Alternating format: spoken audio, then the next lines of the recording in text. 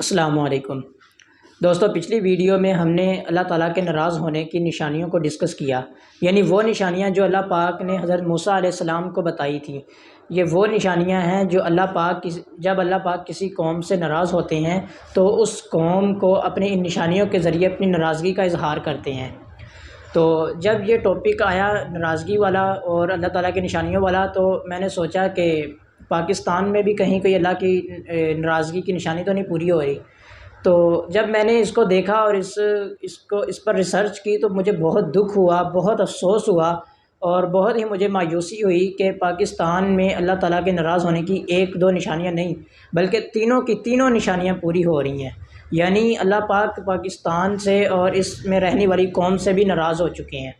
تو اب سوال یہ پیدا ہوتا ہے کہ اللہ پاک کیوں ناراض ہو چکے ہیں ہم سے، یا کسی بھی قوم سے اللہ پاک کیوں ناراض ہو جاتے ہیں۔ تو اب آپ مجھے بتائیں کہ اللہ پاک اس قوم سے ناراض کیوں نہ ہو جس قوم کو اللہ نے سب سے پہلے تو آزادی دی اور پھر اس کو ایک آزاد ملک دیا تاکہ وہ آزادانہ طور پر اپنی عبادات کر سکیں۔ لیکن اس قوم نے کیا کیا؟ اس قوم نے آزاد ہوتے ہی سب سے پہلے اپنے آپ کو عبادات سے آزاد کیا، اپنے آپ کو دین اور اسلام سے آزاد کیا، اپنے آپ کو قرآن و سنت سے دور کیا۔ پھر اللہ پاک اس قوم سے ناراض کیوں نہ ہو جس قوم نے دین کی تعلیمات کو رد کر دیا؟ پھر اللہ پاک اس قوم سے ناراض کیوں نہ ہو جس قوم میں زنا اور بے حیائی عام ہو چکی ہو؟ پھر اللہ پاک اس قوم سے ناراض کیوں نہ ہو جس قوم میں سود اور رشوت کھائی جاتی ہو؟ پھر اللہ پاک اس قوم سے ناراض کیوں نہ ہو جس قوم نے انصاف کا ترازو توڑ دیا ہو؟ پھر اللہ پاک اس قوم سے ناراض کیوں نہ ہو جس قوم میں جھوٹ بکتا ہو؟ پھر اللہ پاک اس قوم سے ناراض کیوں نہ ہو جس قوم کا ہر شخص بے ایمان ہو چکا ہو، جس قوم کا ہر شخص کرپٹ ہو؟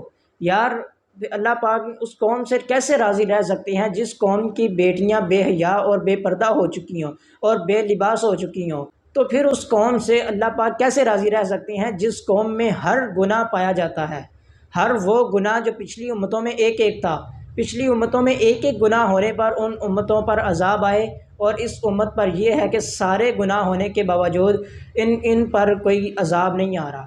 اس کی کیا حکمت ہے؟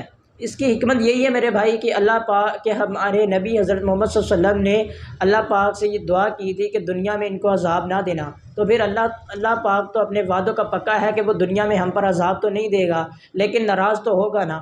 تو بھائیو بات یہی ہے مختصر کہ ہم نے اپنے اللہ کو ناراض کر دیا۔ اب پھر ہم کیسے سوچ سکتے ہیں کہ ہم ترقی کر لیں؟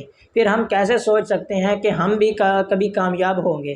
پھر ہم کیسے سوچ سکتے ہیں کہ ہمارے جو حالات ہیں یہ بھی کبھی بہتر ہوں گے؟